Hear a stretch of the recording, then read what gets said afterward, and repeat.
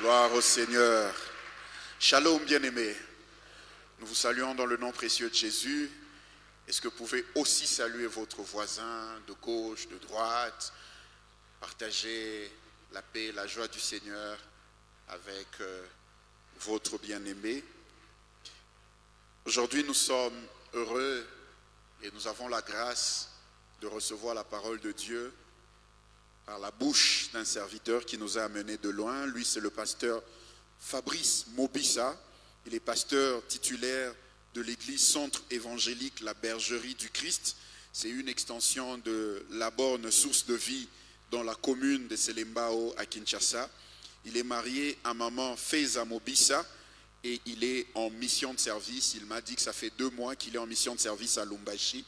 Et nous avons profité de cette occasion pour l'avoir au milieu de nous ce dimanche. Alors qu'il s'approche à la chaire, est-ce qu'on peut l'accueillir avec joie?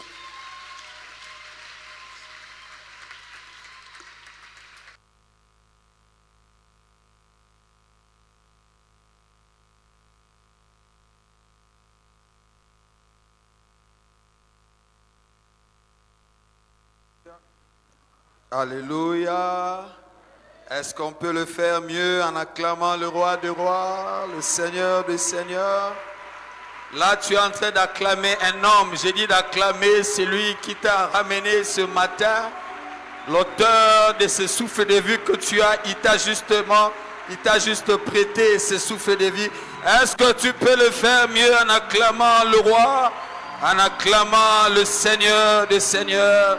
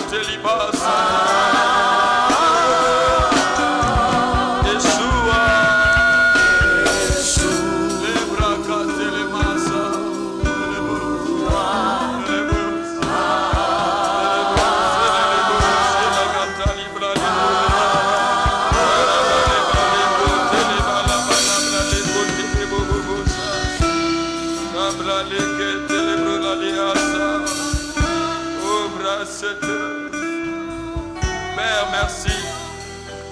Merci Seigneur. Cette opportunité que tu nous accordes pour apporter ta parole. Que l'homme soit effacé.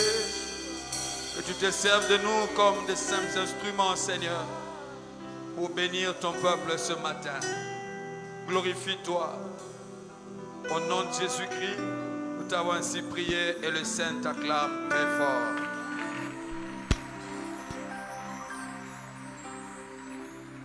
Amen. Que Dieu soit glorifié. Je commence par dire merci au Seigneur qui a permis que je sois au milieu de vous ce matin. Comme cela a été annoncé, je suis en mission de service à Lubumbashi. Et j'étais de ce côté, ça fait je crois 2 ans passés, comme je suis de là-bas. Donc pendant tout le temps que j'ai fait, j'exerçais, j'accomplissais cette mission, je crois 2 ans passés ici à Kolwezi.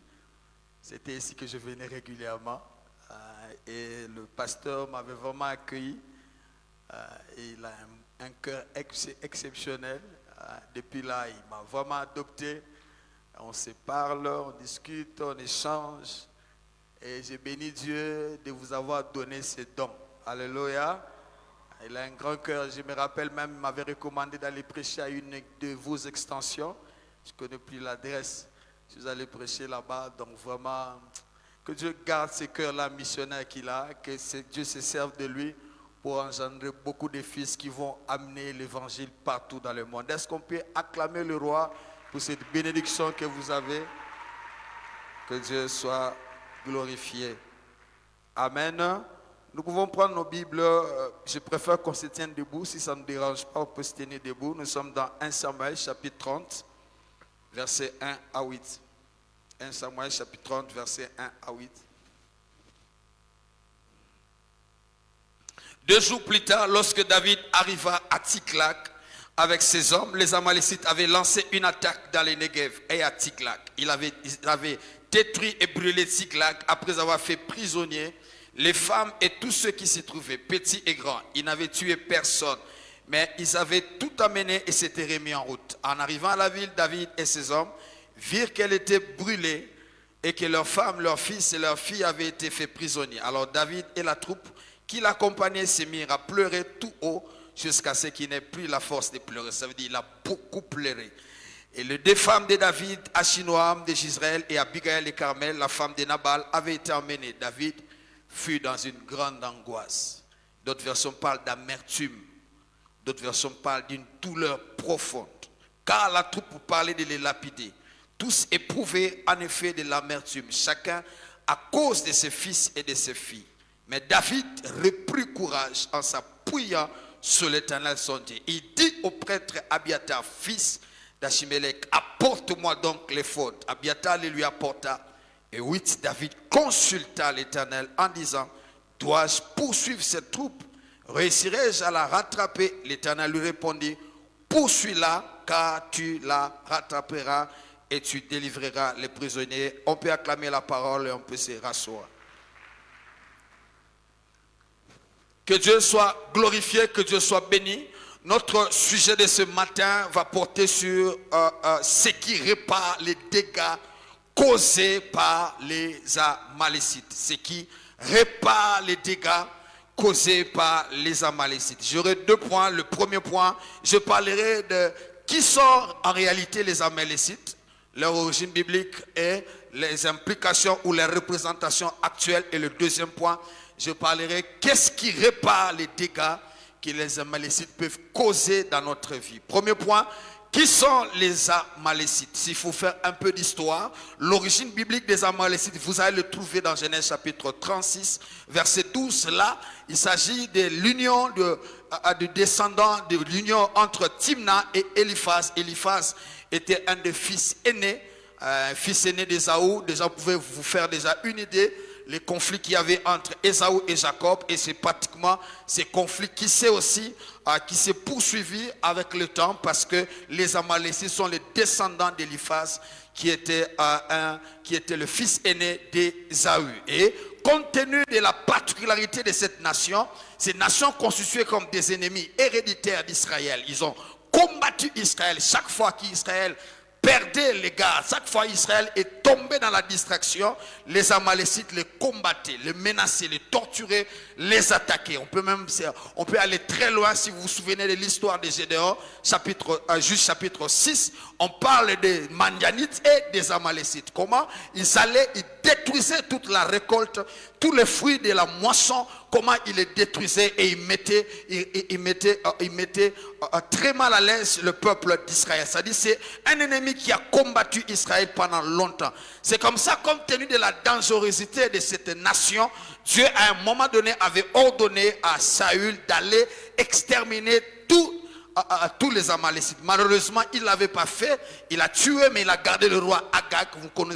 Vous connaissez l'histoire. Il a gardé Agag et quelques bétails, et à cause de ça, Dieu va les rejeter. Et deuxième chose par rapport aux Amalécites, quelles sont les caractéristiques des Amalécites? C'est-à-dire, quand on parle de cette nation, quand on parle de ce peuple, qu'est-ce qu'on trouve en eux? Première chose, c'était un peuple méchant. Un peuple méchant, cela veut dire, c'est un peuple qui délibérément cherchait à faire du mal, de façon ouverte et de façon agressive. Et quand vous voyez son comportement à l'égard d'Israël, c'était un peuple qui de temps en temps cherchait à faire beaucoup du mal à Israël. Et il ne les cachait pas. C'est comme ça même lorsqu'Israël est sorti de l'Égypte, pendant son parcours dans le désert, la première nation qu'il a attaquée, c'était des Amalécites. Et nous connaissons l'histoire dans Exode chapitre 15, chapitre 17 au 15, où on nous montre comment Moïse, quand il a compris qu'il était en face des Amalécites, il va dire à Josué, va combattre les Amalécites. Nous montons la colline pour aller prier et chercher Dieu. Et la prière de Moïse, cette chambre haute de Moïse a déterminé le résultat sur le terrain. Alléluia. Deuxième caractéristique des Amalécites, c'était un peuple oppresseur. C'est un peuple qui avait cette attitude d'écraser, de tourmenter, de dominer par la force. C'est un peuple qui avait cette attitude-là d'écraser. Il ne jouait pas.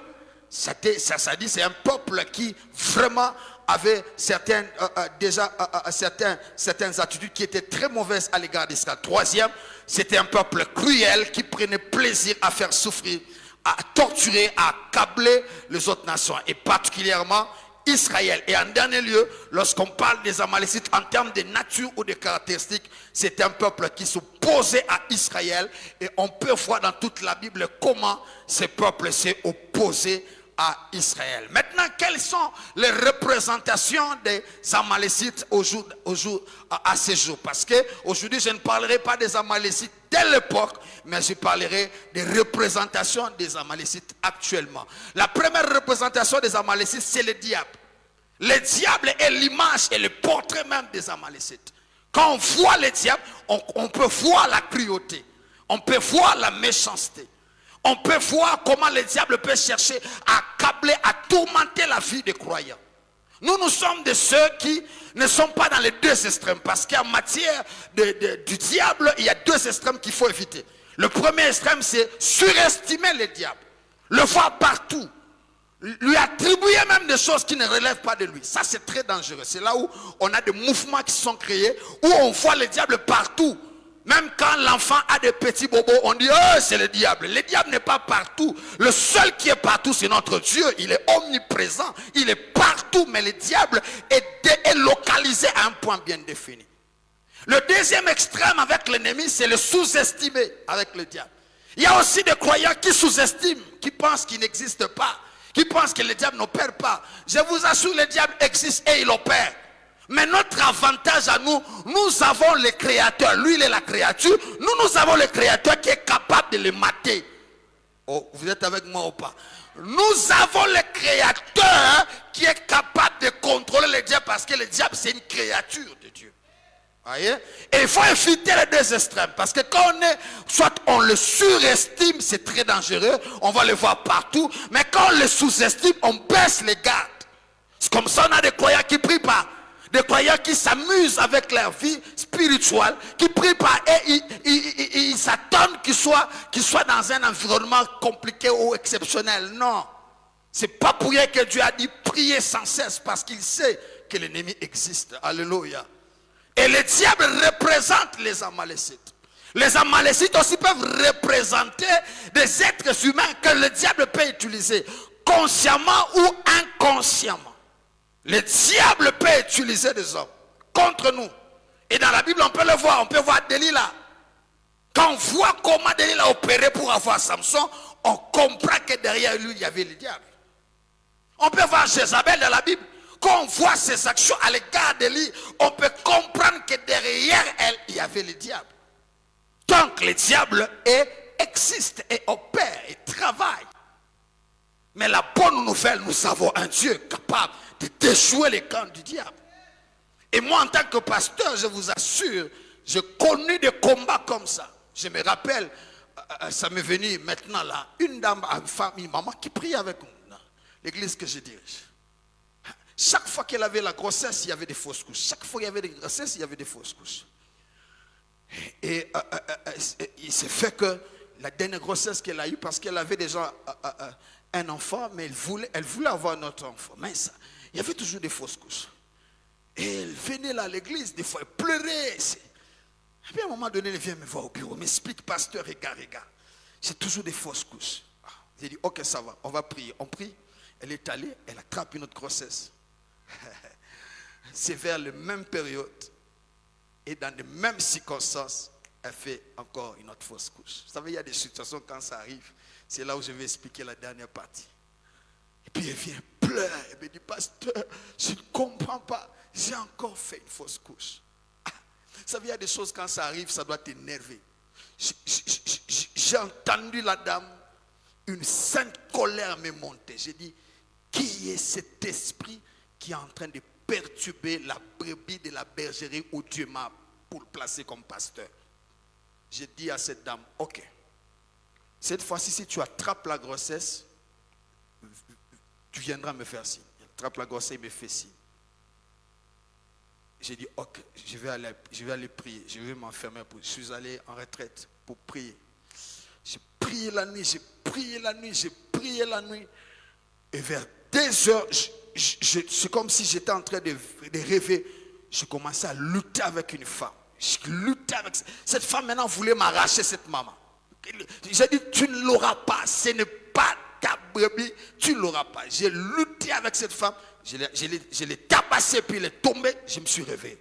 J'ai dit gloire au Seigneur. Comme j'ai vu, la victoire est déjà accordée dans la présence de Dieu. Je commençais à prier, J'appelle la dame le matin. J'ai dit, dis à ton mari, je vais passer chez vous le matin. Je vais juste prier parce que j'ai déjà vu quelque chose. Je passe le matin chez elle. J'entre au salon, je fais des déclarations. De quelques minutes, je sors, je rentre chez moi.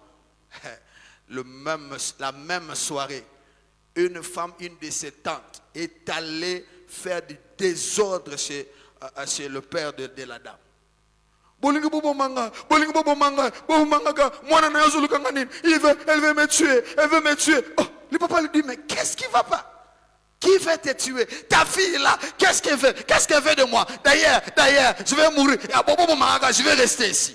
Et puis, cette désordre là, le père appelle la fille. Il dit, mais il y a ta tante qui vient ici, qui est en train de crier. Et il dit que Bolingo Bomanga. Quand la fille écoute, oh, le pasteur était passé le matin. Le pasteur m'a dit qu'il a lutté avec une femme en retraite. Elle est passée le matin. Donc c'est cette femme-là qui était en train de travailler pour me faire des fausses couches. Alors le Dieu que je sers l'a confondu et l'a exposé. Et quand la femme va m'appeler, me dit, pasteur, regarde, je dis, oh, déjà le combat est fini, donc Dieu t'a donné la victoire. Celle que je vis en prière, c'est elle, et Dieu l'a paralysée, c'est comme ça elle est agitée. Oh, je déclare que Dieu paralyse les Amalécites de ta vie. Oh, je déclare que Dieu paralyse les Amalécites de ta vie qui te donnent la victoire.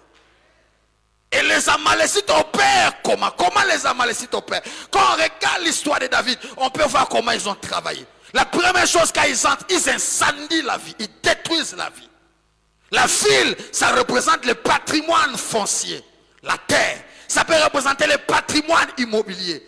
Le diable, quand il s'approche, il peut utiliser des gens pour combattre ton patrimoine foncier. Combien de femmes, depuis que son mari est parti, on menace d'arracher la parcelle que son mari lui avait laissée. Oh, j'ai dit que Dieu te donne la victoire dans ça. Si tu es ici, que Dieu te donne la victoire. Ils ont touché la terre. Ils ont la ville que le roi Akish avait donnée à David. Ils sont venus, ils ont incendié ça. Deuxième stratégie qu'ils ont utilisée, ils sont venus, ils ont pris les femmes, les enfants. Ça montre la relation. Le diable, quand il opère, les Amalécites, quand ils opèrent, ils peuvent viser aussi tes relations. Tes relations professionnelles, ta relation conjugale avec ta femme ou ton mari. Ils peuvent viser tes relations de fiançailles. Mais je prie que Dieu te donne la victoire dans ça. Alléluia. Qu'est-ce qu'ils ont encore visé? Ils ont visé les activités. Ils ont pris les bétails. Les bétails représentaient à l'époque une activité rémunératrice. Et ça représente ton travail.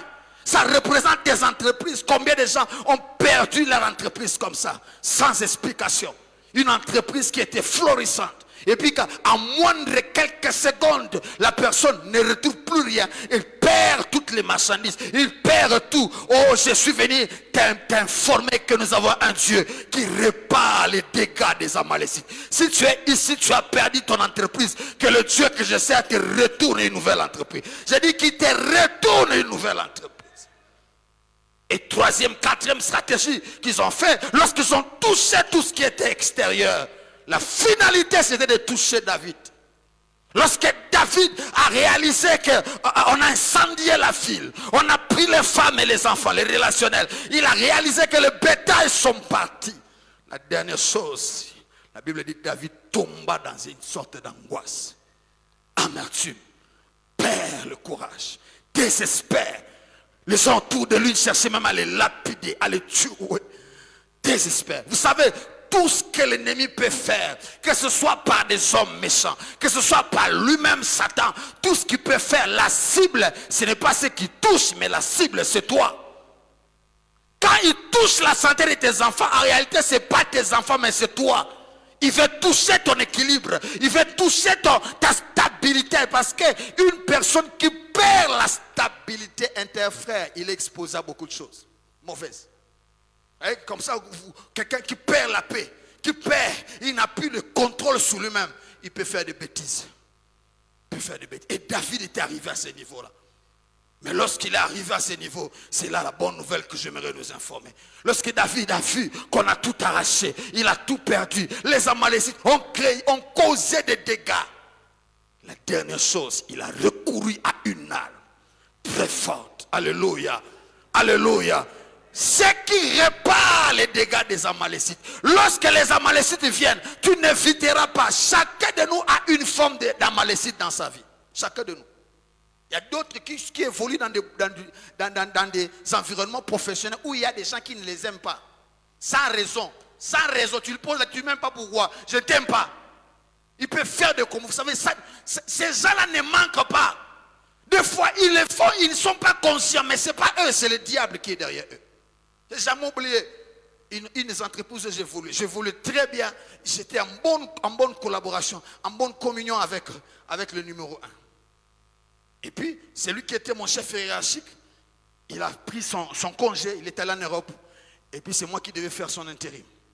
Pendant que je faisais son intérim, il y a je crois un vendredi où le chef, le numéro 1, dit à son secrétaire, demain samedi, non c'était un vendredi, oui c'était un vendredi. Il dit, demain samedi, j'ai réunion à 12h avec tous les responsables des départements. Passe l'information. Or, à l'heure où il recevait cette communication, c'était déjà autour de 19h20. Tout le monde était parti. Les secrétaires envoient les textos à tout le monde, mais ils ne m'envoient pas les textos. Vous imaginez? J'arrive à l'église, j'étais en train de faire les entretiens avec les membres. 15h, je vois un texto qui entre dans mon téléphone. J'ouvre, je vois les textos de mon boss. Quand je lis, il dit, Fabrice, ça c'est une forme d'insubordination. Moi, je convoque une réunion aujourd'hui à 10h et toi, tu ne t'es pas présenté et pourtant, c'est toi qui fais l'intérim de ton chef. Prépare-toi déjà à une suspension le lundi quand tu arrives. Et je regarde le message, j'ai dit, Nassali, qui m'a donné l'information. Je rentre. J'appelle les autres responsables. J'ai dit, vous êtes au courant? Oui.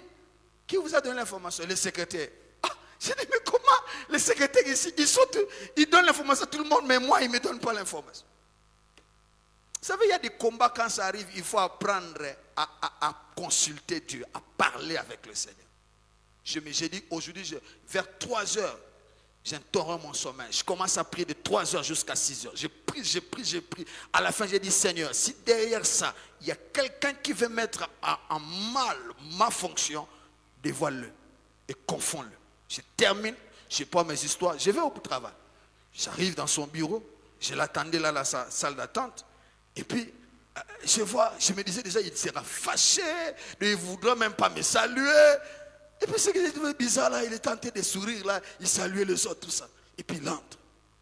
Quelques temps après, il dit, appelez Fabrice, j'entre. Je m'assois, j'ai dit, ouais, non, c'est la gare suspension. Je m'assois là. Et puis, il me regarde. Il dit, mais, lui-même, il dit, j'ai dit, c'est quoi? Il dit, secrétaire, viens. Il vient. Il dit, toi, tu m'avais dit que tu as passé l'information à tout le monde. Est-ce qu'on a fongolé le secrétaire Mboumamus pour qu'il me dise s'il m'a passé l'information? Chef, tu m'as dit que tu avais envoyé les textos aussi à Fabrice. Il dit, non, chef, je n'avais pas envoyé. Do yo zo luki la garçon ba tout problème pamba. Do yo se pela kanetia. Na samtinabi. Omoni ba yini ndenge ba ngomongo ba. Oh, je dis que Dieu met en évidence tous ceux qui te... Parce qu'il est le Dieu qui défend toujours. Et c'est ce que tu ne m'as jamais aimé. Et moi je dis, j'ai pas de problème. Si tu m'aimes pas, je m'en fous. L'essentiel, Dieu m'aime. L'essentiel, Dieu m'aime. J'ai dit à quelqu'un, l'essentiel, Dieu t'aime. Faut pas vouloir que tout le monde t'aime. Tout le monde ne t'aimera pas. Il y a des gens qui ne t'aimeront pas sans raison. Au salé ma bête, au bout de la moutounette, mais il est moral. Surtout à l'église, il y en a.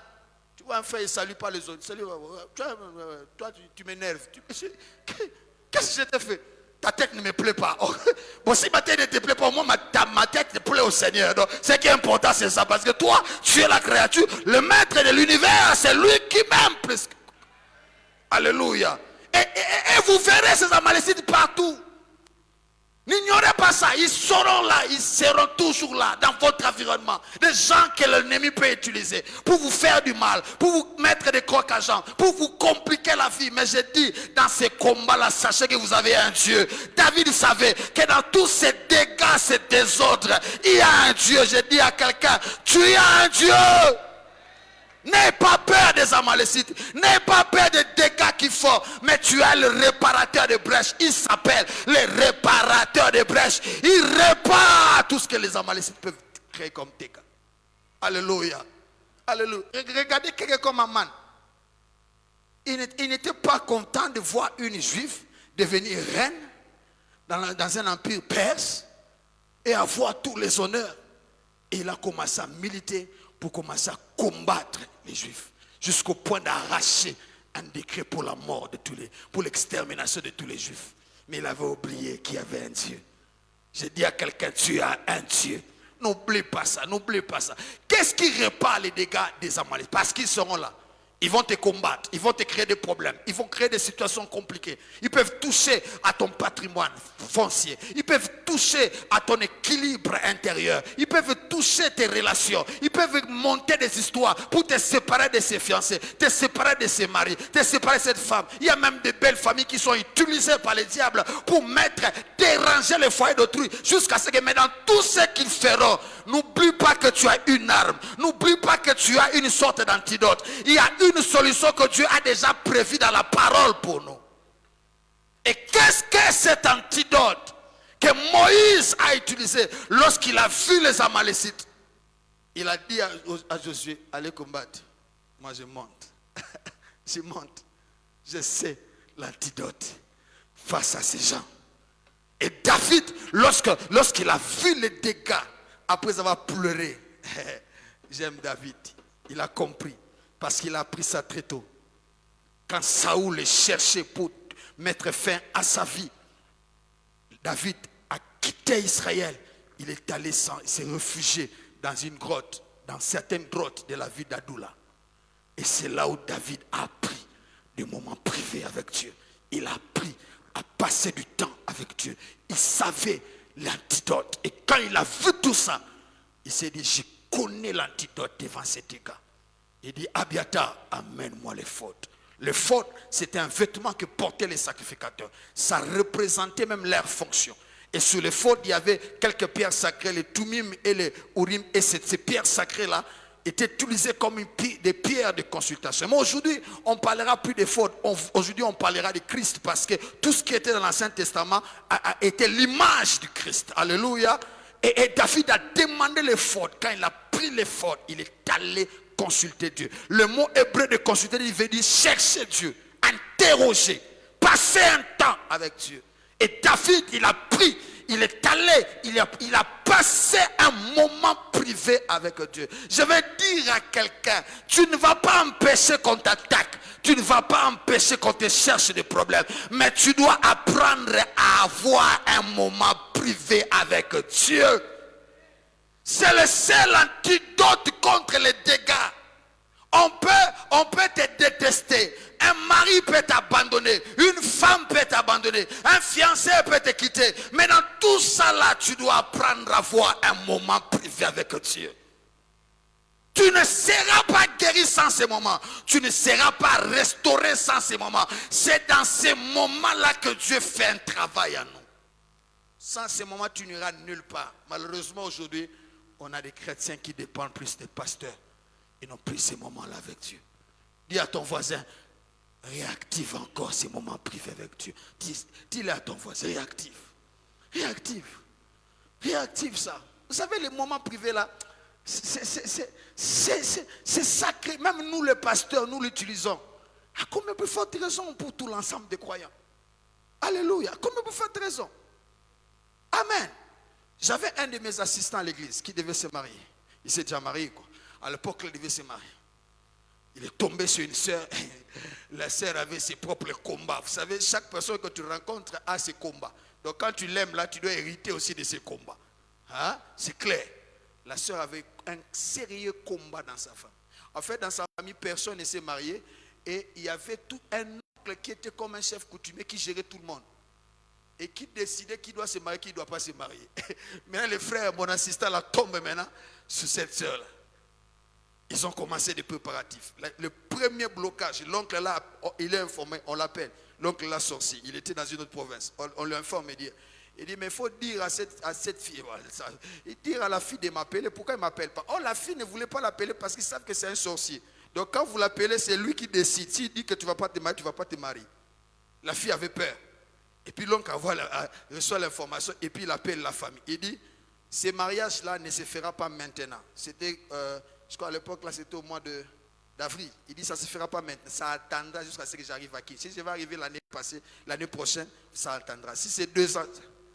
Et puis l'information tombe aux oreilles de la fille. Ah, la fille commence à pleurer. Ah, moi, on ne veut pas que je me marie, tout ça. Il parle au frère. Le frère, il dit, mais qui est cet homme qui dit, c'est le sorcier de la famille, c'est lui qui décide sur tout le monde. Ah, donc dès qu'il a décidé là, ça dit que votre mariage là, ce n'est pas pour maintenant. C'est lui qui va s'azader parce qu'il a éliminé des gens. Vous savez, il y a des sorciers qui ont un CV. Un CV connu. Donc ça dit la famille connaît des gens qu'il a éliminés. Donc son CV là est connu. Mais j'ai dit, il y a un Dieu qui arrête les CV. Oh. J'ai dit, il y a un Dieu qui arrête les CV des gens. Il est connu là-bas. Et puis le frère, il était un peu dit, mais comment mais comment il y a beaucoup de combats. Et puis la maman l'appelle et dit, ici chez nous, là, les gens ne se marient pas. Donc toi là, tu fais l'exception. De l'oncle là, il faut régler pour avec l'oncle. Et puis l'assistant, après le culte dimanche, il entre dans mon bureau abattu. Il me dit, pasteur, il me dit, tu vois la sœur, on est un peu parti. L'oncle a dit, moi maintenant, quand je suis devant ce genre de réalité, j'active la conscience du moment privé. J'ai dit, si je prie pour toi, tu ne comprendras pas qu'il y a des combats, tu dois affronter ça seul avec Dieu. J'ai dit, je te libère, cherche un lieu de retraite, enferme-toi. Enferme-toi, cherche Dieu. Et tu verras entre l'homme et Dieu qui est le Tout-Puissant. Je l'ai libéré, il est parti. Il est allé chercher Dieu quelque part. Il a prié, il a prié, il a prié. 3 jours après, il m'est revenu. Quand il me revient, j'ai dit, ok, on va voir le résultat. L'oncle appelle, il dit, bon, j'ai changé de décision. Comme on m'a dit que le mariage au mois d'août, tout ça là, je serai là au mois d'août. Je vais arriver, je vais voir d'abord le monsieur là qui veut prendre ma fille. Et puis la fille dit, l'oncle décide de venir. Il arrive, mais quand il arrive avec ses histoires, il dit, mais maintenant la fille doit venir me voir. Oh, la fille savait, si elle va le voir là, les problèmes vont encore s'empirer. Il vient, la fille maintenant, il vient me voir. Il me dit, pasteur, l'oncle là, je dois aller le voir. Il dit, vous avez peur de quoi? J'ai dit, bon, j'appelle le frère, l'assistant et la soeur. J'ai dit, ok, ce jour-là, vous irez là-bas. Gêner, toute la journée gêner. Et puis allez le voir. Il ne vous fera rien. Et ce mariage va s'exécuter. Ils sont gênés, cherchés. Ils sont allés. L'oncle est là, regardez. Bon, je ne peux pas vous empêcher de vous marier. Vous savez comment le diable change les avis des ennemis? Je déclare que Dieu change les avis de tes ennemis. Ils ne sauront pas. Mais tu dois avoir un moment privé avec Dieu. Tu dois avoir une grotte d'Adoula. David avait une grotte d'Adoula. Il a écrit dans Psaume 57. Il a écrit dans Psaume 142. Tu dois avoir un temps avec Dieu. Arrête d'être un chrétien collectif. Arrête d'être un chrétien dans la foule. Il y a beaucoup qui sont bien habillés. Il y a peu qui ont encore ces moments avec Dieu. Peu. Mais il y a des choses que tu ne sauras pas expliquer ça aux gens. Tu as un problème, tu expliques au pasteur. Le pasteur a entendu. Il dit courage mon frère. Et puis ça fait quoi? Courage. Tu expliques à quelqu'un, vraiment, ça ne marche pas là-bas à la maison. Ma fille, là, ça tombe toujours malade. Ma femme, là, vraiment. Tu expliques. On dit, frère, sœur, courage. C'est mon courage. Mais tu ne sais pas le dire. Parce que c'est ton frère. Mais quand tu arrives à ce niveau-là, qu'est-ce que Dieu attend de toi? C'est entrer dans sa présence seul. Tu vas là, tu t'agenouilles, oh Dieu, tu es mon appui. Si tu me laisses ici, ça, je suis fini. Oh Dieu, tu es ma forteresse. Je compte que sur toi. Lorsque cela s'appuie sur les chars, s'appuie sur leurs chars, s'appuie sur leurs chevaux, nous nous appuyons sur l'Éternel des armées, celui qui a fait les choses à la terre. Et ces moments privés, réactive ça, réveille ça. Tous les grands de la Bible avaient ces moments-là. Lorsque Daniel on l'a informé qu'il y a un décret irrévocable, il est allé chercher Dieu. Je vais vous donner un témoignage. J'avais une de mes filles à l'église qui devait se marier. Elle a réalisé toutes les étapes. C'est juste pour conclure avec cette partie.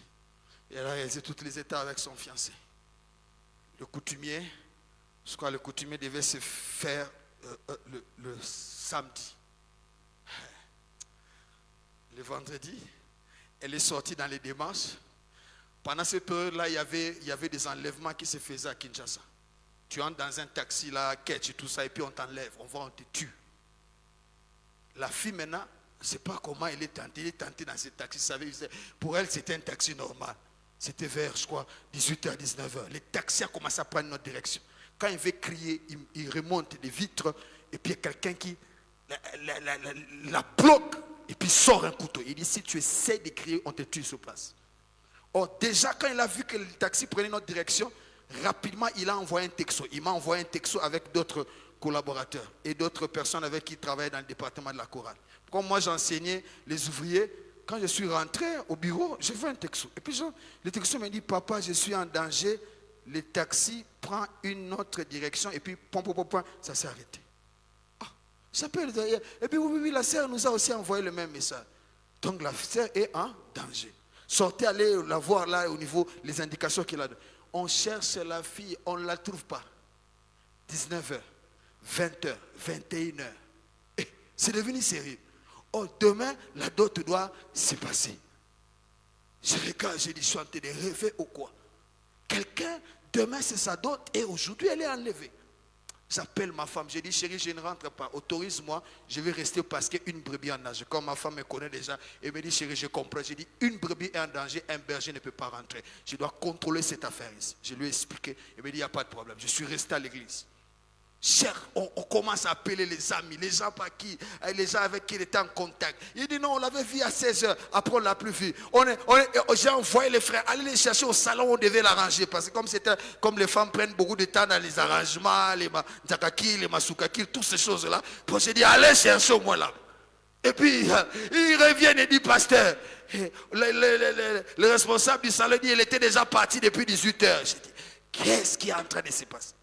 On appelle les fiancés. Les fiancés arrivent là, battu, commence à prêler comme une fille.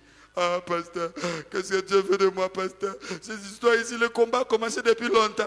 Si j'ai regardé. On a cherché. À un moment donné, j'ai dit non, on sort. J'ai pris un collaborateur, 22h. On a pris les véhicules, on est sorti. On commence à passer partout, il est passé. On a cherché, on est allé à Boumou partout. On ne l'a pas vu. Je rentre là, j'ai dit, qu'est-ce qui est en train de se passer? Le fiancé, il était abattu avec son téléphone. Il dit, pasteur, je fais comment? Je suis en train d'envoyer pour dire qu'il y a ma fiancée qui est en danger. Il dit, bon, envoie, c'est ma WhatsApp, envoie. Il n'y a pas de choix, il faut envoyer. Il appelle des gens. 23h, minuit. C'est là où l'esprit du rocher ou de la grotte d'Adoula se réveille. Je suis entré dans mon bureau. Je me suis agenouillé. Je commençais à parler à Dieu. J'ai dit, Seigneur, Satan aussi me sanga tout sauté. Aussi me sanga tout sauté. J'ai dit, Père, c'est toi qui m'as donné cette brebis. C'est toi qui m'as établi sur elle comme berger. Peu importe là où on l'a menée, peu importe qui l'a menée, peu importe ce qu'on veut faire d'elle. Seigneur, glorifie l'alliance que j'ai faite avec toi, que cet enfant revienne. Et demain samedi, elle doit faire sa dot. J'ai prié, c'est fini.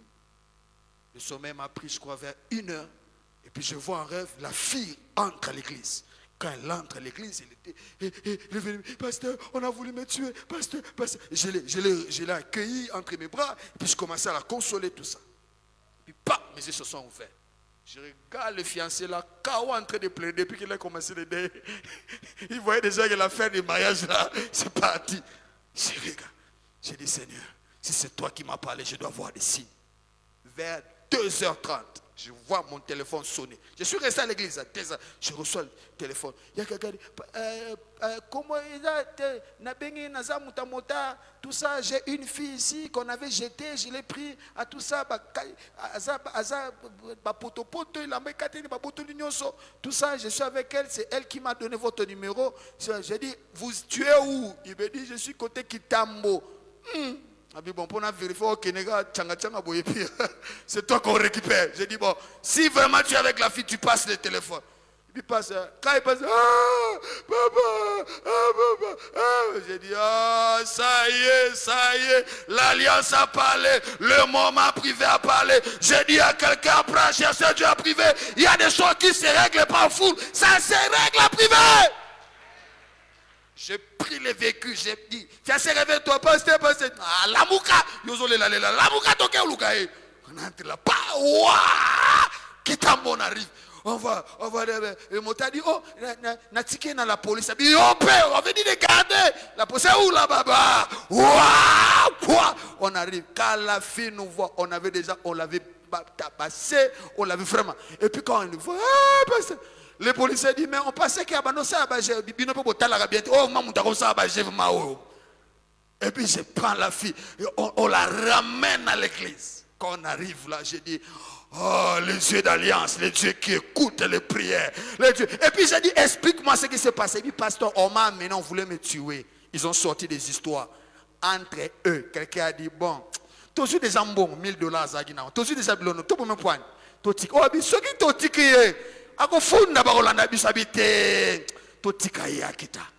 quand on a ouvert la porte, on lui dit, ne regarde pas derrière. Dès que tu regardes là, on te tue avec l'arme.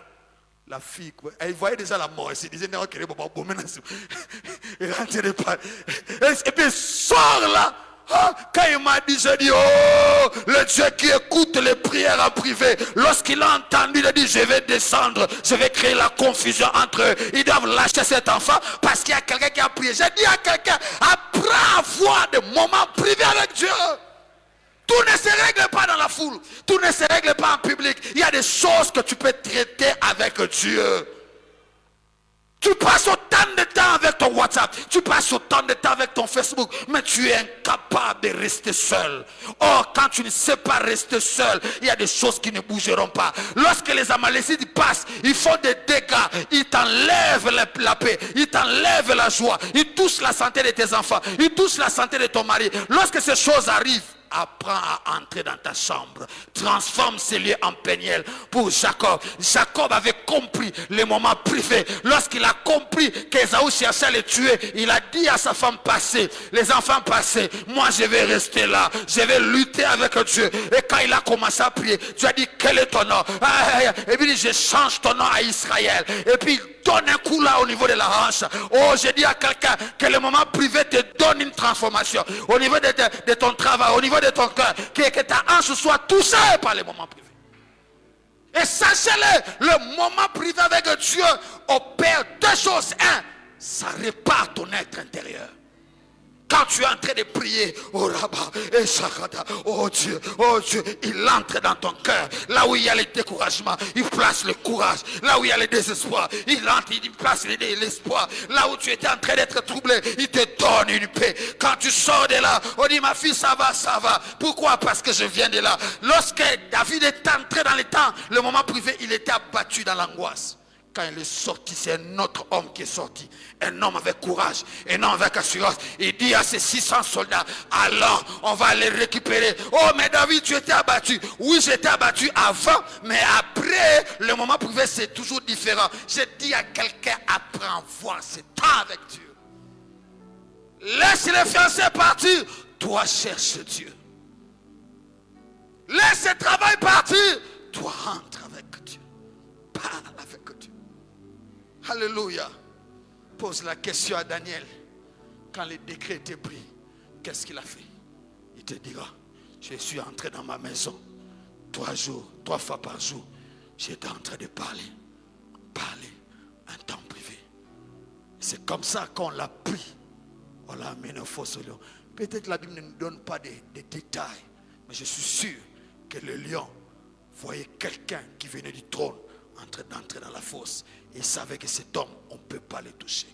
J'ai dit à quelqu'un, si tu sais utiliser le moment privé, tu peux être au milieu des occultistes, ils ne te feront rien. Tu peux être au milieu des sorciers, ils ne te feront rien.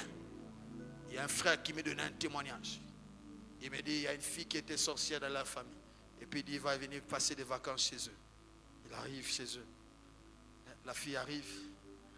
Et puis, tout le monde fouillait. Moi, je ne dors pas avec cette fille. Je ne dors pas avec cette fille. Tout le monde avait peur.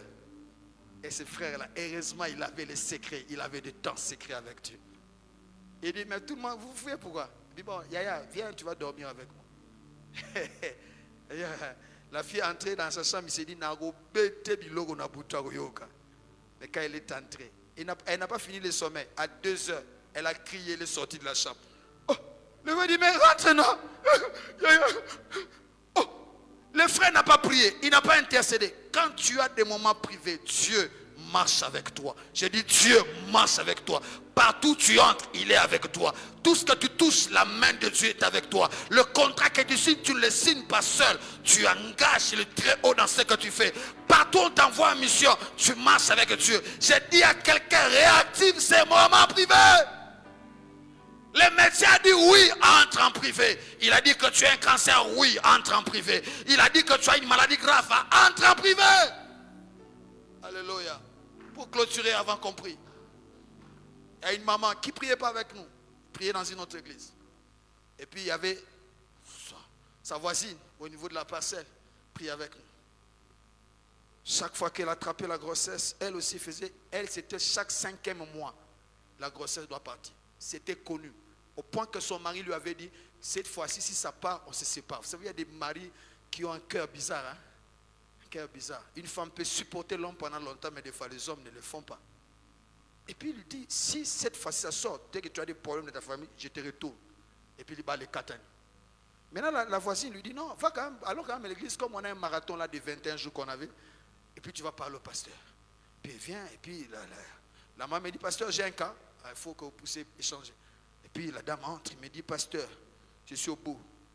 Si cette fois-ci, 5e mois, si j'attrape la grosse 5e mois, si ça partait, je perds mon mariage. Elle était déjà grosse, je crois 2 mois. Il s'est dit, si c'est déjà connu chez nous, 5e mois, l'enfant doit partir. La grossesse doit partir.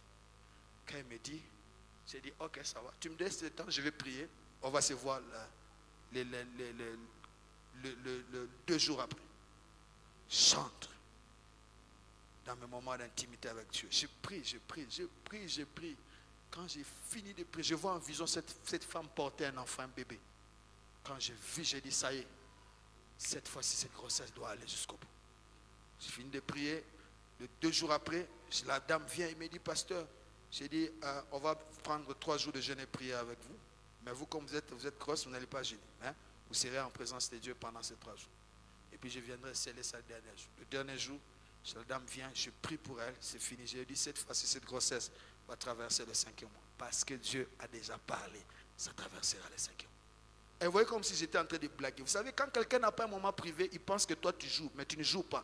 Parce que le moment privé te donne l'assurance, la foi, la détermination, la dimension de voir le diable sous tes pieds et toi tu es au-dessus. Parce qu'il dit, vous marcherez sur le scorpion. Il ne dit pas que vous serez en dessous. C'est lui qui marche au-dessus. Vous marcherez sur le scorpion, sur le serpent et il ne vous fera rien. Comme vous marcherez, donc, et ils sont en dessous. Le moment privé te relève au-dessus de tes adversaires. Tu les vois en dessous de toi et ça te donne l'assurance de les affronter. C'est fini. 4 mois, la dame vient. Il dit, pasteur, il reste 1 mois. C'est 1 mois. J'ai dit, maman, tu vas traverser le 5e mois. 5e mois. Le mardi, il vient. Pasteur, c'est déjà... J'ai commencé même à savoir le nombre de mois. Pasteur, c'est le 5e mois. J'ai dit, moi, j'ai déjà fait la prière. Comme j'ai fait la prière, j'avais déjà un moment avec Dieu. Il m'a dit que tu traverseras. Et puis c'est passé, j'ai dit, oui. Il est parti. Elle a traversé le 5e mois, 6e mois. Elle est venue me dire, pasteur, je ne crois pas. Généralement, non, c'est pas toi. On a un Dieu qui change les décrets. S'il y avait un décret dans ta vie qui était placé par des hommes, le Dieu que je sais enlève les décrets. Toi là, tu vas accoucher. Et maintenant là, ça fait, je crois c'est 7 semaines qu'elle va accoucher. Elle a passé toutes les étapes. Elle me dit, pasteur, déjà là, je me sens proche pour aller accoucher. J'ai dit, le Dieu que nous servons ne ment pas. J'ai dit à quelqu'un, apprends à activer le moment privé. Arrête de discuter avec des gens. Arrête d'expliquer ton problème aux gens. Apprends à activer. Ce cancer-là quittera ton corps. Je déclare sur quelqu'un, ce cancer quittera ton corps. Ce problème te lâchera. Apprends à voir un moment privé. Tu auras le mariage si tu as un moment privé. Tu auras ce boulot si tu as un moment privé. Même si on dit que là-bas on n'engage personne. Oh, je te dis, le Dieu que nous servons, il est celui qui nous recommande là où on n'a pas de relation. J'ai beaucoup de témoignages que je peux te donner. Je suis sorti, j'ai fini mes études. Il n'y avait pas de boulot. J'ai fait pratiquement plusieurs années de chômage. Je continuais à aller enseigner dans mon église. Je continuais à aller enseigner. Mais je n'avais pas du travail. Mon père avait certaines relations. Il a utilisé toutes les relations. J'allais même dans les endroits où je faisais. Vous savez vous-même le système. Hein? Tu entres par stage professionnel dans l'idée qu'on va t'engager. Mais tu finis. On te dit, monsieur, il faut partir. J'ai dit, mais papa, c'est ton ami. Comment il me laisse partir? Il dit, bon, je ne comprends pas. Vous savez, il y a des choses que Dieu lui-même permet. Parce qu'il doit t'apprendre le col de la grotte d'Adoula. Il doit t'apprendre à voir ces moments privés. J'ai béni de pour ce qui t'arrive. Parce que ça va t'apprendre à le chercher en privé. Il a fini. Et puis, le jour, il m'a dit, mon fils, j'ai utilisé toutes mes relations. Ça ne marche pas. Que le Seigneur t'accompagne. C'est tout. Quand j'arrive à ce niveau-là. Si j'allais à la retraite, 7 jours. J'ai prié lundi, mardi. Je disais, Seigneur, je sais que mon père s'est arrêté là. Ses recommandations, ça s'arrête là. Mais je sais une chose. Là où les hommes s'arrêtent, c'est là où tu commences. Je n'ai pas un ministre, je n'ai pas un député, je n'ai pas quelqu'un qui peut me recommander. Mais je n'ai que toi, tu es capable. Quand j'ai fini les 7 jours, je fais un rêve, j'entre dans un bureau. Très beau bureau. On me place, tout ça. Et puis vous savez, il y a des songes, quand tu as ça, pendant le chômage, tu n'as pas envie de quitter les songes. Tu préfères rester dans les songes.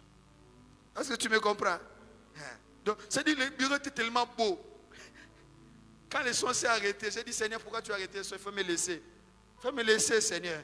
Parce que je suis en train de crever ici avec le chômage. Et puis quand je me réveille, j'adore Dieu, j'adore Dieu. Hey, 12 heures, coup de fil. Vous êtes monsieur Mobis. Vous savez, des téléphones, il y a des appels quand ça commence par ton prénom, tu dis il n'y a rien de spécial. Mais quand ça commence par ton nom de famille, tu dis ici il y a quelque chose. Dis à ton voisin, ici il y a quelque chose. Dis à ton voisin, bientôt là, il y aura quelque chose que tu vas voir. Après le culte ici, il y a quelque chose que tu vas voir. Aujourd'hui, après le culte, il y a... je suis en train de prophétiser sur quelqu'un. Après le culte, il y a quelque chose qui va se passer. Je dis, Mobissa. Je dis, exactement. Il ajoute Ngesera. Waouh! C'était l'entreprise qui vous appelle. Vous avez répondu aux critères. Passez demain pour signer le contrat et commencer le travail.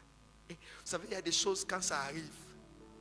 Après un temps d'écrire, tu as envie de prier en langue pendant que tu parles avec quelqu'un, mais c'est un païen, tu commences à prier en langue là, et puis tu compliques encore les affaires.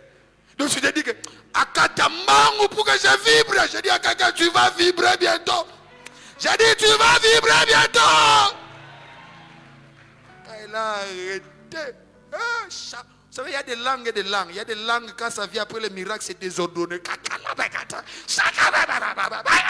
J'ai dit que ça t'arrive au nom de Jésus. Que ça t'arrive. Et quand j'ai commencé à travailler là, j'ai jamais oublié. Il y a un des cadres, un ancien. Il me dit, monsieur, toi tu es entré ici comment? Parce qu'ils savent comment les gens entrent là-bas. Il dit, tu es entré, tu es le fils du DG. Tu es le cousin du directeur technique. tu es le frère du DAF, directeur administratif financier. Il me dit, mais toi tu viens d'où? J'ai dit, moi là, je ne sais pas t'expliquer. Je ne suis en relation ni avec le DG, ni avec le DT, ni avec le DAF, mais avec celui qui est capable de prendre ton CV et d'aller l'imposer dans toi. C'est là où j'ai réalisé qu'il y a un Dieu qui s'est recommandé. Et quand on a commencé à m'expliquer, tu vois celui-là, DG, celui-là, DT, celui-là, moi, c'est made in Kolo. J'ai dit, moi là, c'est made in Kolo. Il n'y a rien de DG. J'ai dit, tu auras un miracle sans mélange. Oh, j'ai prophétisé sur quelqu'un. Tu auras un miracle sans mélange. Il n'y aura pas de traces du DG. Il n'y aura pas de traces du ministre. Il y aura les traces du Très-Haut qui va t'imposer. Reçois cette grâce-là. Un miracle sans mélange. Après avoir un temps privé, lève-toi là où tu es. On va prier 5 minutes, 10 minutes. Je vais juste réveiller ça. Tu vas continuer avec cela à la maison. Mais je vais réveiller. Je vais réveiller ces moments privés.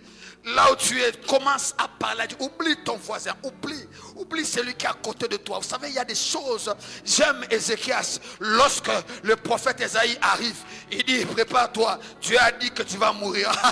Il pouvait dire, oh prophète, reste un peu. Va dire à Dieu de changer la décision. Oh, Ézéchias a compris. Le prophète n'est qu'un instrument. La source du message, c'est Dieu. Quand le prophète est parti, il tourna son dos. Il tourna son regard vers Dieu. Il dit, Dieu, je sais que c'est toi qui as envoyé le message. Mais je m'adresse maintenant à toi. Souviens-toi de moi. Souviens-toi de ce que j'ai fait. Souviens-toi. Au lieu que Dieu parle à Ézéchias, il envoie le prophète. Ne sors pas de la cour. Ne sors pas de la cour. Rentre changer ce message. Oh, qu'est-ce qui s'est passé? Il y a un homme qui est entré en privé et qui a changé la décision. Va lui dire, je l'ai ajouté 15 ans. J'ai dit à quelqu'un, si tu es capable de changer ses décisions à cause du moment privé et à combien vous ferez des décisions du diable, allez, commence à lui parler. Sabra Kataya, ce cancer ne doit pas te tuer. Parle à Dieu. Vois-toi en train de parler à Dieu. Sabra Ketaya, Lembrada Saka. Si tu vas t'agenouiller, agenouille-toi. Si tu vas rester debout, mais oublie ton voisin. Chakata, tu as besoin d'être seul à seul avec le roi des rois. Tu as besoin. Tu as expliqué ça aux gens. Des fois, ça te prend beaucoup de temps. Tu as besoin d'être seul à seul. Lui parler. C'est pas le médecin qui t'a créé. C'est pas lui qui va définir le jour de ta mort. C'est pas lui qui doit définir la maladie qui doit te tuer. Tu as un Dieu qui traite les cancers, qui traite les crises cardiaques, qui traite les traumatismes tout compliqués, qui traite des maladies incurables, qui traite des maladies héréditaires, qui traite des maladies chroniques. Allez, parle-lui, monte dans la prière de Dieu. Entre en profondeur. Shalaraba, Rekata, Librako Salaba, vibre.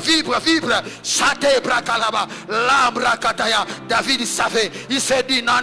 Cette affaire, on a pris les enfants, on a pris les femmes, on a détruit la vie. Cette affaire, ça ne se règle pas en pleurant, ça se règle en entrant à la présence de Dieu. David a dit, Abiatar, amène-moi le faune. Je dois activer ce que je connais. J'ai une arme, je l'avais activée contre Saül dans la grotte d'Adoula. Maintenant, face à ces dégâts d'Amalécite, je dois activer cette arme. David rentre, il commence à chercher, il commence à consulter, il commence à chercher. Je lui dis, oh, maintenant ça y est, vas-y, tu vas avoir la victoire. Vas-y, tu vas avoir la victoire. Tu vas récupérer ce qu'on t'a volé. Oh, je dis à quelqu'un, le moment privé peut te donner, peut te restituer ce que l'ennemi a volé. Le moment privé peut te faire retourner ce que l'ennemi a volé. Le moment privé peut te faire retourner les bétails, les relations, les patrimoines, des choses que le diable a volées. Le moment privé peut te faire retourner cela. Allez, entre dans la prière de Dieu. Arrête de regarder les gens. Arrête de regarder ton téléphone. Ton téléphone ne donnera pas la solution. C'est le moment privé. Mataye Kataya. Lebra Kataya. Il y a un miracle en route pour toi. Entre dans les privés. Il y a un miracle sans mélange pour toi. Entre dans les privés. Il y a un miracle qui n'aura pas de mélange de directeur technique. Qui n'aura pas de mélange de ministre. Ça sera des miracles d'en haut. Entre dans les... Lebra Kasalabala. C'est le. Oh, vas-y. Entre en profondeur. Sakata. Ce mariage ne viendra pas à cause de tes lamentations. Ce mariage viendra lorsque tu sortiras des péniels. Oh, ce jour-là, Jacob a dit cette affaire. Oh, on attend pour me tuer. Ésaü attend pour me faire du mal. Mais cette affaire, je dois entrer. Il dit, la famille passée, chérie passe, les enfants passés. Moi, je vais rester. Je vais les chercher toute la nuit. Je sais, je vais les chercher. Il a lutté la nuit. Il a lutté la nuit. Il a lutté. Dieu a dit, oh, laisse-moi. Il dit, non, je ne te laisserai pas partir. Tu dois me bénir. Tu dois me bénir. Tu dois changer cela. Tu dois me bénir. Tu dois changer. Il est resté toute la nuit. Toute la nuit. Toute la nuit. Il dit, oh, toi là, je dois changer ton nom. Alors tu deviens Israël. Parce que tu es resté dans ma présence. Seul à seul. Tu n'as pas besoin d'être accompagné. Tu dois apprendre à rester seul à seul avec Dieu. Tu n'as pas besoin d'avoir dans les moments privés. Dans les moments privés, tu n'as pas besoin de compagnons. Tu dois apprendre à être à genoux seul. Tu dois apprendre à rester des minutes jusqu'à 3 heures. Seul dans ta chambre. Seul au salon. Seul en lieu privé. Pour parler à celui qui est le maître des temps. Qui est le maître des circonstances. Qui peut changer des choses. Ton enfant, tu ne le perdras pas. Cette fille-là, tu ne la perdras pas. Même si on a diagnostiqué une maladie compliquée, les moments privés peuvent changer la donne. Peut changer la donne. Peut changer la donne. Vas-y, vas-y, vas-y.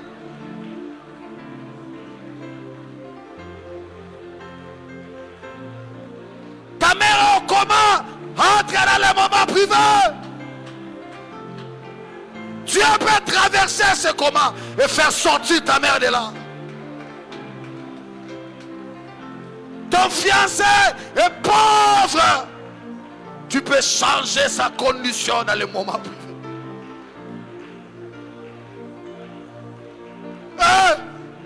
Matele kataya. L'obra kata selelele. Je sens cette soif en toi. Que cette soif augmente. Que cette soif augmente. Si les autres vont chez les féticheurs, nous avons un Dieu.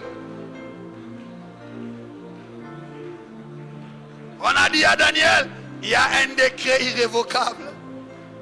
On ne peut pas les changer. Quand le roi signe, c'est fini. Daniel savait, cette décision-là, il n'y a que le créateur de l'univers qui peut briser cette décision.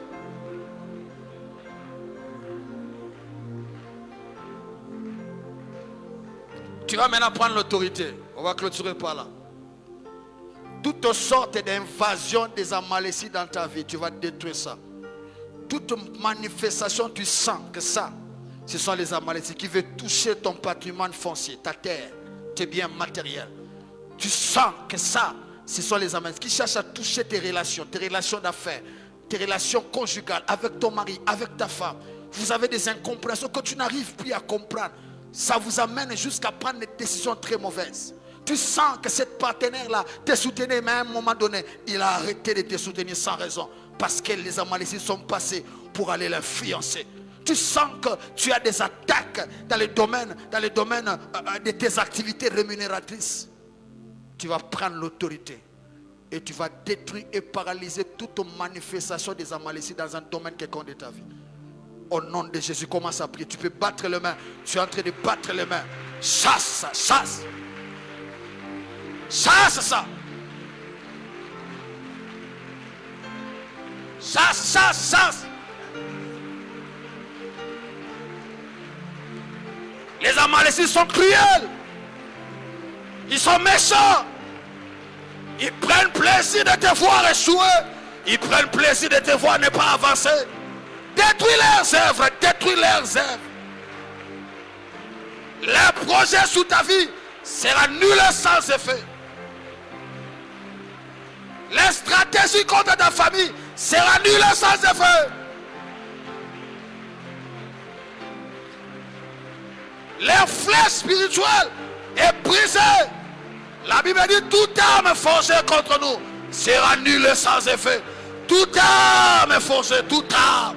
On ne dit pas quelques parties d'armes, on dit toute arme. Que ce soit la sorcellerie, que ce soit l'occultisme, que ce soit l'envoûtement, tout ce qui est arme du diable, Il dit ça sera nul et sans effet. On veut te voler cette parcelle. On veut détruire tes relations de fiançailles. On veut détruire ton mariage. Résiste, détruis cela. Détruis cela, détruis cela, détruis cela.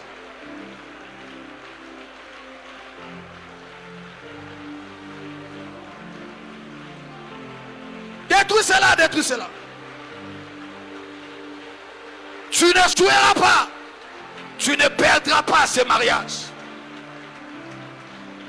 David a refusé qu'on le vole. Les femmes, les enfants. Il a poursuivi parce qu'il a refusé. Refuse de la prière. On t'arrachera pas cette santé. On t'arrachera pas ce cœur. Tu ne seras pas opéré de ça. Refuse ça. On ne va pas opérer ta fille des yeux. Refuse ça. Elle est encore petite. On ne peut pas l'opérer des yeux. Refuse. Makalabradogo shalala. C'est fini les stratégies du diable. C'est fini les opérations des Amalécites. C'est fini les stratégies du diable contre ta vie.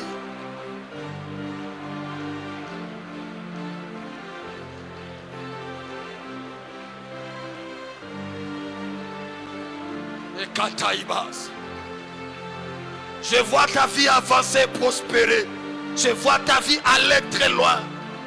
Je vois Dieu t'imposer à des endroits compliqués. Tu auras un travail que tu n'as jamais rêvé. Tu auras un mariage soutenu par Dieu. Tu signeras des contrats malgré les réclamations du diable.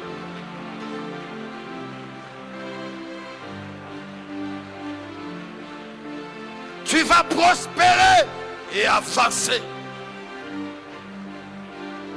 On va clôturer avec ceci.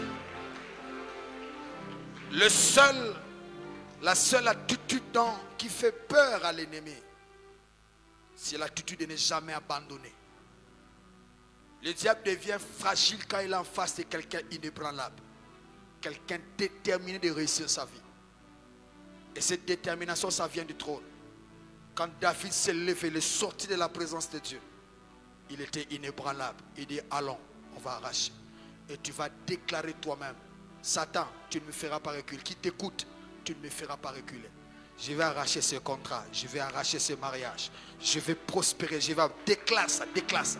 Déclare ça avec puissance. Déclare ça.